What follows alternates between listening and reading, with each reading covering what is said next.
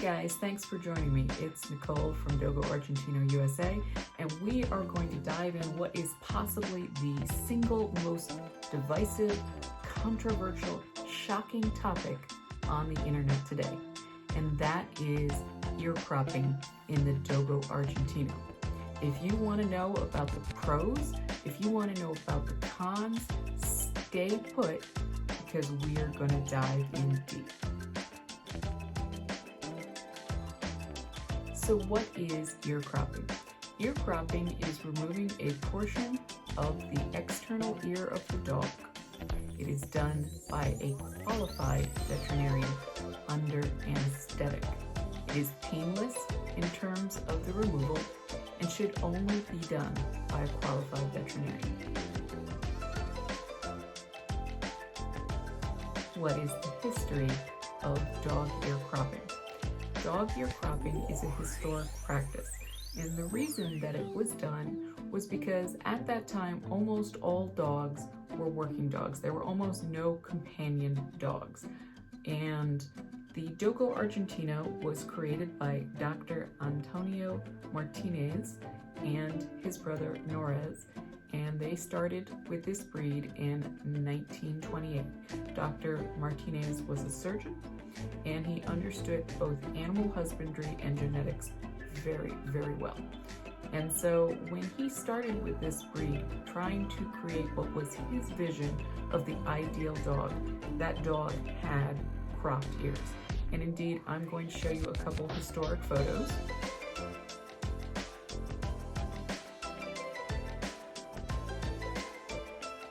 You'll see that his dogs have cropped ears. So why was that of value at the time? That was of value for two main reasons. Dr. Martinez originally started this dog and this dog breed as a fighting dog. Its essential stock is the currently extinct fighting dog of Cordoba. That was the local dog in Argentina. So he actually had a passion for dog fighting. It fell out of favor in Argentina, and he noticed when he would take these dogs on his hunting trips, which were his other big passion in life, that they had a real knack for it. And so when you are using a dog as a working dog, if you are using a dog that has floppy ears, it creates a point for an animal, either a dog or a predator like a boar or a puma, to latch on, and is likely going to rip the dog ear off the skull.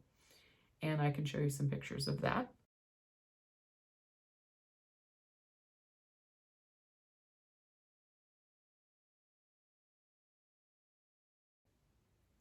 And the dog ears are extremely nerve-rich. They're very vascular, they bleed a lot, they can get infections, and you don't want to give a dog a disadvantage against an opponent. And this is a guardian breed, so it is true that originally it was a fighting dog, as were many dogs of this style.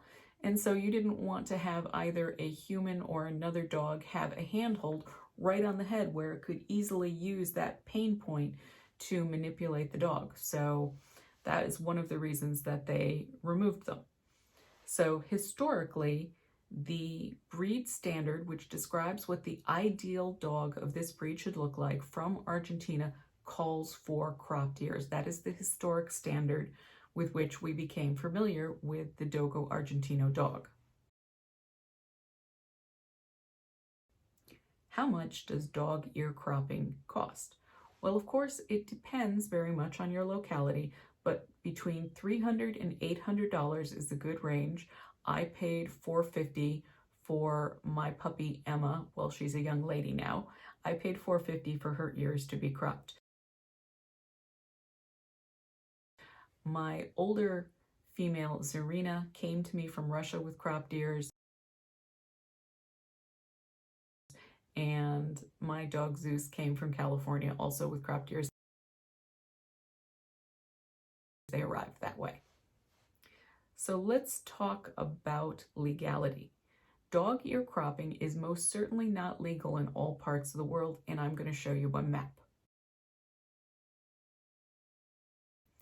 Now, The reason that it is not legal in all parts of the world is some people are under the mistaken impression that it's inhumane or that it's cruel, and we are going to address those topics later on in the video. But there are places that it is not legal for you to crop ears, nor dock tails, nor remove dew claws for that matter. So let's talk about the styles of ear crop that are available. In the Dogo Argentino dog, there are basically 4 common styles. There is the battle crop, which is occasionally known as the military crop. There is the short crop. There is the show crop. And there is the long crop, which is also known as the tall crop. Now, all my dogs have a show crop on their ears. So one of the big issues is that people do not necessarily discuss widely the pros and the cons of ear cropping. I am going to start with the cons, and then I am going to go to the pros.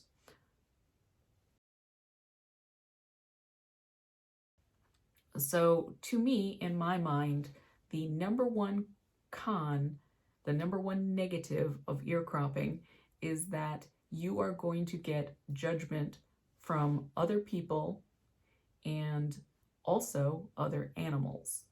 So in terms of people, that can come into play when you're walking your dog in the neighborhood. If people see pointy ears rather than floppy ears, they are going to immediately take that dog as a predator dog. This can put your dog at greater risk of assault or injury by people, whether they are police officers, first responders. They are going to assume that your dog is a dangerous dog, and they're going to treat it with prejudice. If the dog, God forbid, gets away from you and is collected by animal control, it's much more likely that they are going to put that dog down because it has pointy ears. They're going to make assumptions about character based on looks. And we know that that is not a good thing to do in this world. So another risk of having ear cropping done is a risk in surgery. It is not a high risk, but there is a risk. Any surgery, whether it's ear cropping or any other surgery, whether it's on a person or on a dog, there are risks involved up to and including infection. Things can go wrong. There can be death as a result. So unfortunately, there's always a risk where surgery is involved, and particularly surgeries that involve general anesthesia, which have a much, although very low, there is still a higher rate of negative outcome using general anesthesia than using local anesthesia, and they definitely use general anesthesia in the cropping of dog ears. Of course, there is some amount of discomfort and pain to the dog in ear cropping. However, I'm going to tell you about my personal experience. When I had Emma cropped, she was 10 weeks old. And I can tell you, Emma came home on pain medication. She was a little doped up. She was a little funny. You could tell that she was high, but she appeared to be in no pain whatsoever. She had the cone of shame, the veterinary collar on, and I would say the next day it was obvious that her ears were slightly sore because she was worrying at the stitches. If she had not had the cone on, she definitely would have been scratching at her ears. But by that afternoon, the very next day, she was full tilt running. She was playing. She was learning how to navigate the yard using a cone on her neck. She could still eat. She could still drink. She still wrestled. I mean, we tried as much as we could to isolate her from the big dogs, but dogs don't like to be separated from the pack psychologically. It actually a lot of times causes more harm than good. And they just accepted her as she was. She had a cone on her neck now. I do think it annoyed her.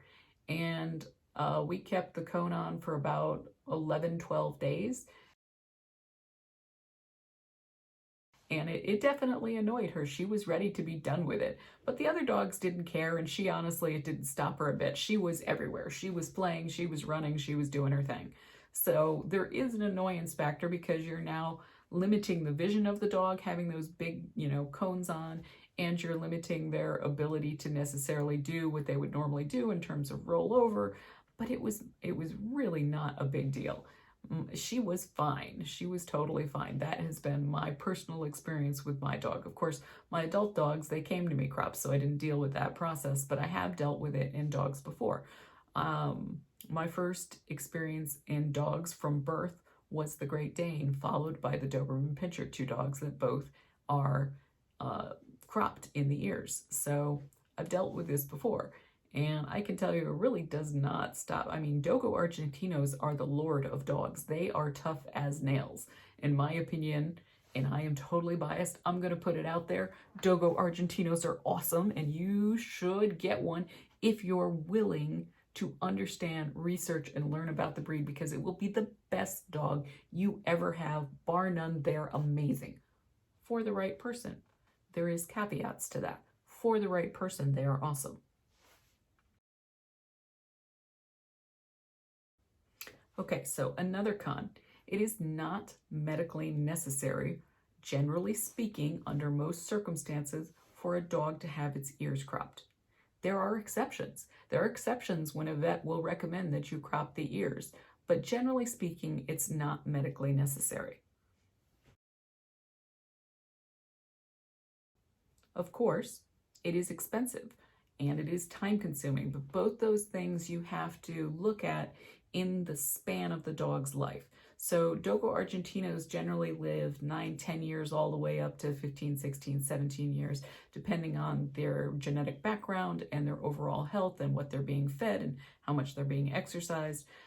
They live a good long time, so you have to spread the time that you invested to get that beautiful, magnificent look over the lifetime of the dog, and it's really, really worth it, because it is such a short inconvenience and a short expense if you are factoring it over the lifetime of the dog. Okay, so another con, the dog's ears may not stand after you have surgery. If you do not post your dog's ears, if you do not take care of them, or if they get injured during the healing process, it is entirely possible for them not to stand up as they should. And every once in a while, I will see a Dogo Argentino that has a battle crop. It seems to be very common in battle crops, where rather than standing upright, they curve to the skull and they never go back again. You can certainly minimize that risk through posting, but it is a risk. Just because you want a desired result does not mean you're going to get that desired result. So just like cosmetic surgery in a human, if you have a particular nose shape that you want and you have a nose job, it doesn't mean that you're going to get that shape at the end. Hopefully you will. Hopefully you'll be closer to it than not. But you could get a completely different nose than you expected, so you can get completely different ears than you were hoping for. It is a risk. It's something to consider. So another con involved in ear cropping is that you are limiting the dog's ability to express itself to both other dogs and to people. I touched on this before. It is likely that people unfamiliar with your dog are not going to know the difference between a big happy smile and I'm pretty suspicious of you and I don't know if I like the cut of your jib, because you're taking away that what is almost like flags on the side of the head that is conveying its emotion. Now, I can read my dog's expressions really well, and they certainly move their ears constantly, so you still get expressions on your dog, but they are certainly lessened in terms of a flop-eared dog compared to a crop-eared dog. And so that can be a con of getting ear cropping done.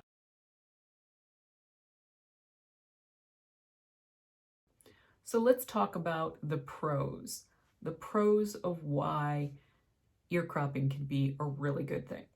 So I think a really strong pro or positive to getting your dog's ears cropped is historic preservation. Historic preservation means that you are preserving what has been done in the past traditionally. So in the case of the Dogo Argentino, its historic legacy is cropped ears. And it has cropped ears because it's a working dog, it's a hunting dog, it's a dog with guardianship responsibilities, and having ear cropped having an ear crop is just the way to go for those reasons. So you are preserving the breed according to the breed standard as it was written by the breed inventor, Dr. Antonio Martinez. So there is tradition to it, there is history to it, there is purpose, there is function, there is reason. It is not merely cosmetic. There is ease of recognition. People who know what a Dogo Argentino looks like, and that's very few people to be honest, but those who know what they look like picture that dog in a certain way, and the way that they picture it is with cropped ears. Just as when you think of a Doberman Pinscher, you don't tend to think of it as a flop-eared dog. You think of it with its traditional upturned cropped ears. And so there is a certain amount of ease of recognition that is generated from the fact that the dog has had its ears cropped. This is something that I rarely hear mentioned, but is 100% true. It is absolutely accurate, and it is essentially indisputable. Dogs with cropped ears are actually the natural state of the dog. If you look at dogs in the wild, the wolf, the fox, the hyena, what do they all have in common? Their ears stand upright, and the reason that their ears stand upright is the shape actually traps the sound and brings it down to the ear canal. It improves their hearing, which is crucial with a dog that has guardian protection training, and that is something that you are using it for, to guard your family, to protect your family. Having good hearing is important. But where it really matters, where the rubber hits the road, where I am absolutely staunchly a fan of ear cropping, is when it comes to hunting. Because one of the animals that Dogo Argentinos are designed to hunt is the puma, also known as the mountain lion. And cougars, pumas, mountain lions, whatever you choose to call that animal, they always attack by ambush. In other words, they sneak up. And it is so incredibly vital that a hunting dog have ideal hearing, and you are restoring the dog's hearing to what it would be in a natural state by causing its ears to be upturned. By doing an ear crop, it can literally mean life or death for that working, hunting, guardian dog, and I 100% support ear cropping for that reason. So another thing that you need to think about that is a positive or a pro to cropping your dog's ears is the fact that you are going to, over the lifetime of the dog, reduce its trips to the vet and its dependence on antibiotics and its pain and its discomfort and its suffering as a direct result from injury to the long flop ear.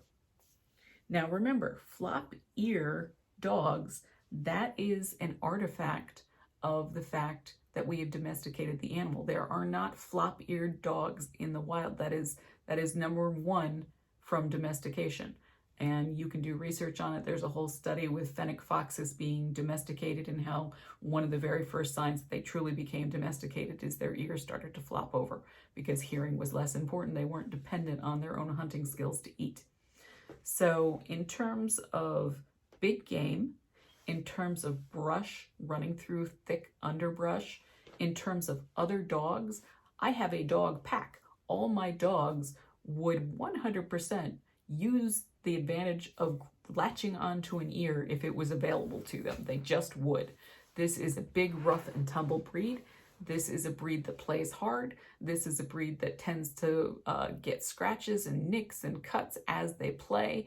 And they would 100% use ears. If they had it available to them, they would. So if you've got a multi-dogo household, I encourage you to really consider if dog ear cropping is for you. I'm not saying that's the decision you must make because it's very individual. It's based on what's good for you, what's good for your dog in your household. But I'm saying you should really look at it, give it serious consideration. Now, in the case of guardian or protection sports, having that handhold of the flop ear on the head is a huge con, and having it gone is the huge pro. I mean, if you have a burglar trying to ward off a dog, what's he going to grab? He's not going to grab the teeth. He's going to try to grab the ears. If he has fewer amount of ear to grab, that dog is going to be in a much better position to do well in guardianship and protection sports. Now, I have never seen an actual medical scientific study of the Dogo Argentino in terms of ear infection, but I can only rely upon my own experience, logic, and anecdotal evidence from the many Dogo Argentino groups that I belong to. And there is some anecdotal evidence, not empirical evidence, that a dog with a flop ear is more likely to have an ear infection because the ear is flopping over the ear canal, which creates a dark, warm, moist environment perfect for bacteria, fungus, parasites like fleas and ticks, nematodes. Any of those things can get in that area and create an infection, which will in turn cause pain, discomfort, and possibly loss of hearing of your dog. So you do have to consider that there is a possibility of actual hearing loss as generated from an infection due to the fact that the ear is in the flop state as opposed to an ear cropped state. If you are planning on showing your dog, particularly internationally in Argentina, where the standard calls for ears being cropped, and both in AKC and UKC, cropping is, I believe they state it as allowed. But I can tell you, having show dogs, that a dog that has its ears cropped has a wow factor that a dog without ear cropping done does not have. People think of it as being magnificent. They really have a very, very striking appearance. And appearance actually matters a lot in the life of a dog because people generally pick dogs based on appearance more even than personality. I'm not saying it's right, but I'm saying it is reality. If you go to a shelter, people tend to pick dogs they think are good looking. They tend not to pick dogs they consider ugly, even if that dog is amazing. It's just reality. So appearance does matter in the show ring. The show ring is all about, the conformation show ring is very much about looks, and dogs with cropped ears perform better. There is just a natural bias towards dogs that have historically cropped ears that they remain in that preserved state. So you're going to get better performance. Dogs with exact same conformation, one with cropped ears, one with flop ears, the cropped ear dog is going to perform better. Having a cropped ear is by and large a deterrent to people. In dogs that have pointy ears, like the Doberman Pinscher, like the Dogo Argentino, they are going to be seen as a deterrent just because they have pointy ears. They're like, I don't want none of that. I'm not messing with it. Why? Pointy ears. So it does act as a deterrent alone. The dog might be a complete love bug who doesn't have a protective bone in its body, which would be highly unusual for a Dogo Argentino, but let's just suspend our belief for a minute. It's possible, and it would be weird, but just that look, like that is an intensity, a smoldering intensity. I hate to say it, but it reminds me of Jumanji and The Rock. That smoldering intensity is captured in the expression of the face, which is better revealed by having crop ears over flop ears. Flop ears hide some of the facial beauty in terms of the form of the skull and the muzzle and the way the head looks on a Dogo Argentino dog. So let's talk about a really important reason. I've touched on it briefly, the visual appeal of the dog. I think this is very individual, but for me personally, it is my opinion that a crop-eared dog has much greater visual appeal than a flop-eared dog. I think the positive to a flop-eared dog is that people are not going to immediately recognize it as a Dogo Argentino, to be honest, and they'll describe it as cuddly or cute. A crop-eared dog, they're going to say looks more edgy, more fierce, more aggressive, more wolf-like, more lion-like. They assign a value of intensity to the crop-eared look. For myself, for my family, for my dogs, I love that. I think it is beautiful. I think it's striking. It's one of the things that drew me to the Dogo Argentino breed. First, it was their heart, their personality, their ability to multitask in terms of being a great family dog, great with kids, and being a great guardian, and being a working dog that does fantastic with obedience. I love obedience training, and my dogs love obedience training, and I really was drawn to the look. So if you look at my logo, there you go. It is actually a line drawing of my Dogo Argentino Zarina, whose show name is Fortuna Nix Felicita. Hopefully I said that right. It's Russian. She is, to me, such a beautiful girl. I am in love with her. I think she's got the best heart. She is an amazing dog. And I have a pointy-eared dog as my logo because I believe that it's very visually appealing. I think it's striking. When you go into dog shelters and dog rescues, oftentimes you will not see as many dogs that have been properly cropped or docked as you will dogs that are flop-eared. And there's something to be said about that. And I think that it is a reality that we need to acknowledge, that looks affect people's decision in terms of getting, keeping, investing, and working with a dog. And I think the reality is that a dog that's visually appealing to that person, they're going to adopt quicker if it were homeless. They're going to put more money and time into, being somebody that is a micro breeder, I do occasional breedings, usually once a year. I am not like a prolific dog breeder. And also being somebody that competes at show level and does obedience training. I do obedience training for my own purposes. I don't compete in it, but I do compete in conformation. And I can tell you, I have been involved in dog fancy since birth. My mom was a dog breeder. She showed in obedience, she showed in conformation, she showed in field. I have a lifetime of dog experience, and I've met lots of different people in that. And I can tell you the number of dogs that were visually appealing but had something else that was a huge detraction to them. Like, hey, maybe that dog's a stunner, but its personality is not on point for the type of dog personality it's supposed to have for its breed. People will invest time, they'll invest money, they'll work with that dog because of the visual appeal of the dog.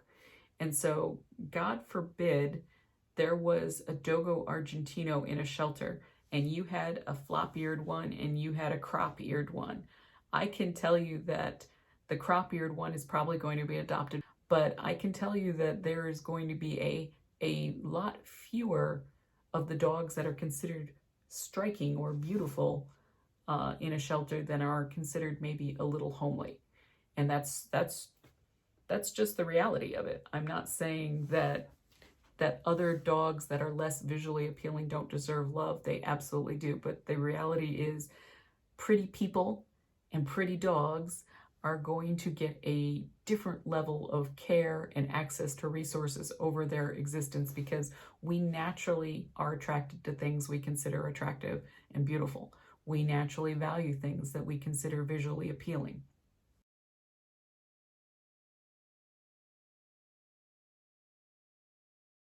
So let's talk about the surgery. I'm going to show you some pictures. I'm going to show you the same dog before ear cropping, after ear cropping, and with healed ear cropping, so you can see the progression. Okay, finding a vet. It is so important that you find a vet that has experience in ear cropping. You do not want to go to whoever happens to be physically closer to you unless they have a fantastic reputation with ear cropping. So I think you should be prepared to travel. and you should be prepared to look around, because not all vets will do ear cropping. Some vets mistakenly feel that they should not crop ears because of a variety of personal reasons. So not everybody does it. And you want to make sure that you have a vet that has experience, if possible, in the Dogo Argentino breed, which is rare.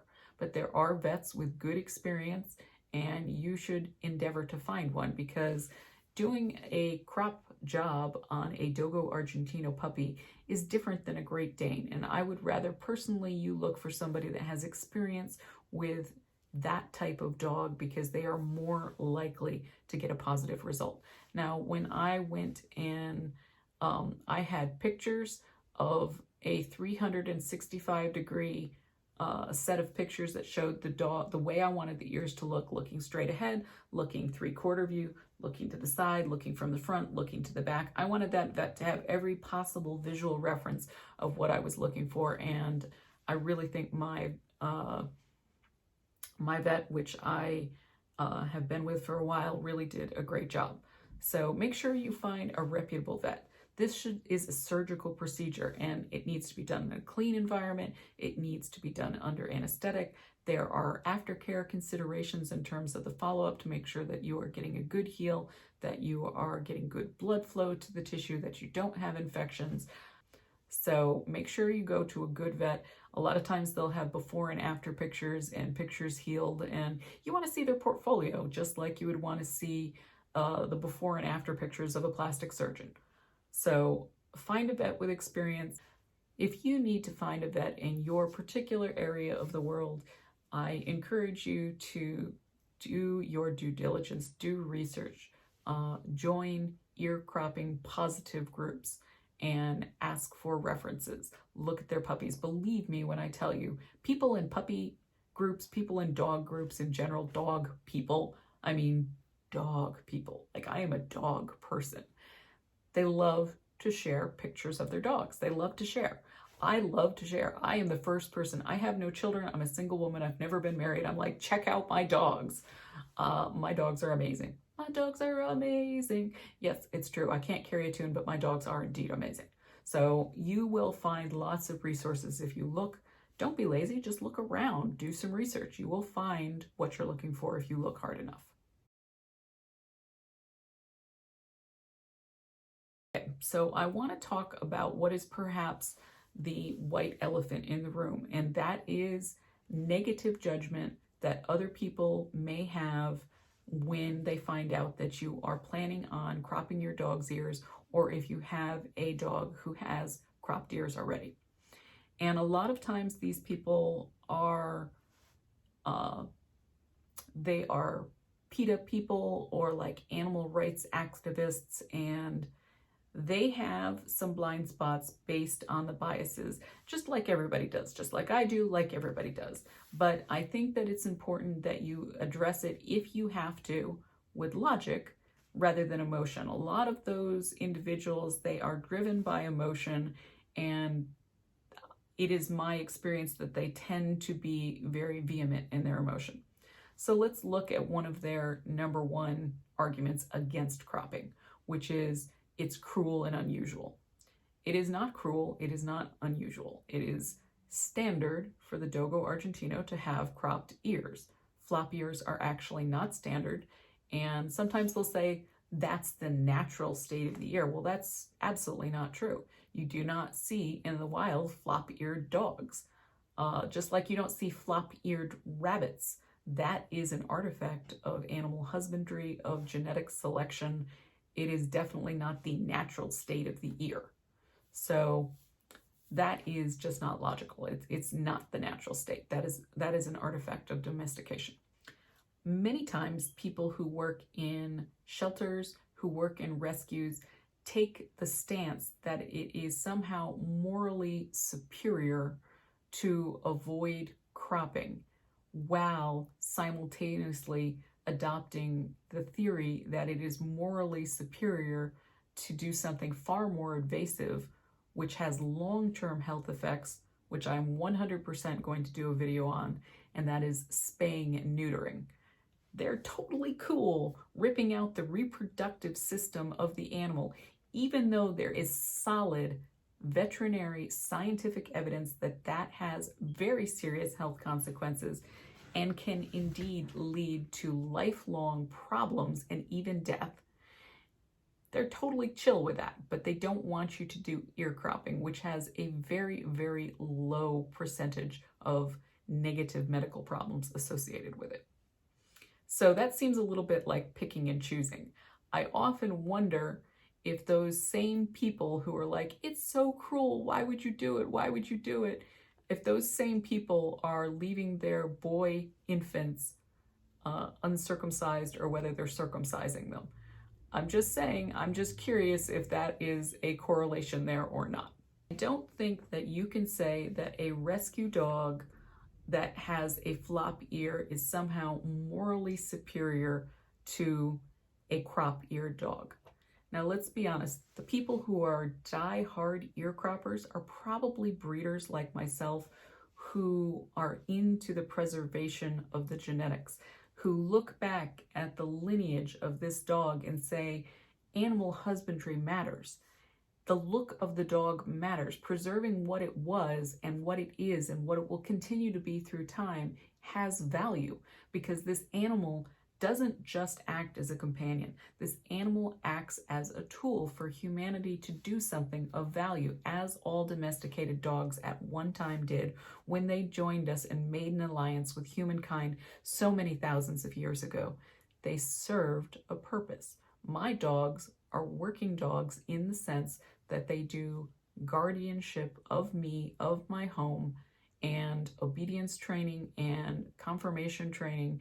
My dogs don't hunt simply because I don't live in an area that has a feral hog problem.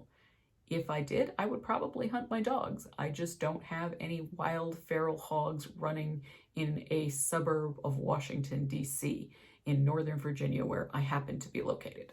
So I think that guarding the history of the Dogo Argentino is precious. I think it is valuable. I think the aesthetic has value because it has purpose and because it allows the look of the animal to continue forward through time. So I think that saying somehow the responsible breeder that carefully selected animals through time, through generations, to preserve valuable traits is somehow morally inferior to someone who irresponsibly let their dog get involved with a backyard breeding situation, either because they themselves were a backyard breeder or because they are adopting the product of a backyard breeder. There is no correlation between a purpose breeder that is a heritage breeder, that's a preservation breeder, and somebody who's trying to make a quick buck. Because I can tell you breeding is a losing proposition in terms of the money involved in it. It is extraordinarily expensive, but the value is that you are preserving a breed that you love. You're giving literal happiness to the families that adopt your dogs. I can tell you that the families who have my dogs are so happy.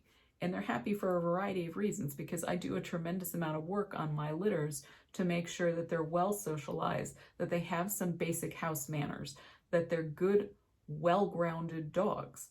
They don't have any of the canine form of PTSD that develops from being involved in a rescue or a shelter.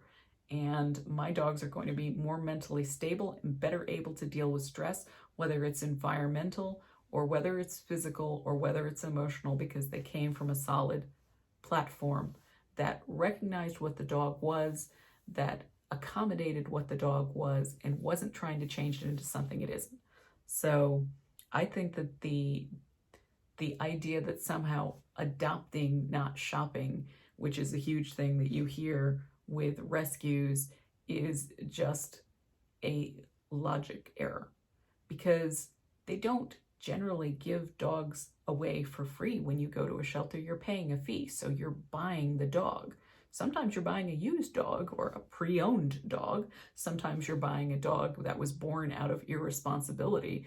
But to blame somebody for wanting to get a purpose-bred dog from a good quality breeder for the plight of dogs that are born out of irresponsibility. It makes no sense. It's not logical. You know, I have got to be honest. I think that this is a very personal decision. I have made the decision for my animals and will continue to make that decision moving forward through time with any future animals that I breed and or acquire. But you have to make the decision for your family. And what you think is good for your family is what goes. It's your family. It's your dog. It's not up for debate with the neighbors or the guy down the street or the people at the pet store. It's your dog. Make the choice that works for your family, whether it's crop-eared or flop-eared. You're the one that has to deal with the consequences of that decision. So just do your research. I'm not saying that I'm the only voice or even the most important voice to listen to. I think you need to do your research and to decide what you want for your Dogo Argentino dog and then follow through appropriately.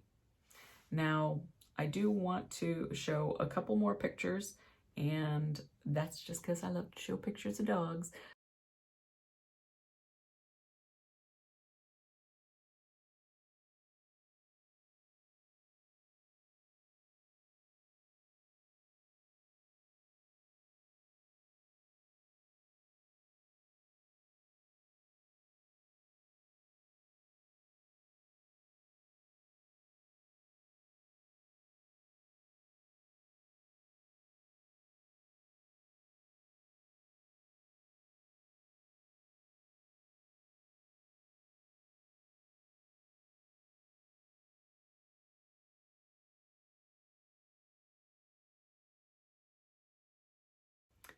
I really, truly appreciate you watching this video and listening to me discuss the pros and cons of ear cropping in the Dogo Argentino, also occasionally known as the Argentine Mastiff. I hope that if you enjoyed this video, if you found value in it, that you would like, comment, share, subscribe. Please consider hitting the bell for notifications so you know every time I upload a video. I am trying to keep on a weekly schedule of uploading videos for your benefit, and I'm basically working for you guys. So if there's something you would like to see a video on, please don't hesitate to let me know in the comments below. I appreciate it. Thank you so much. Have a Dogo-tastic day.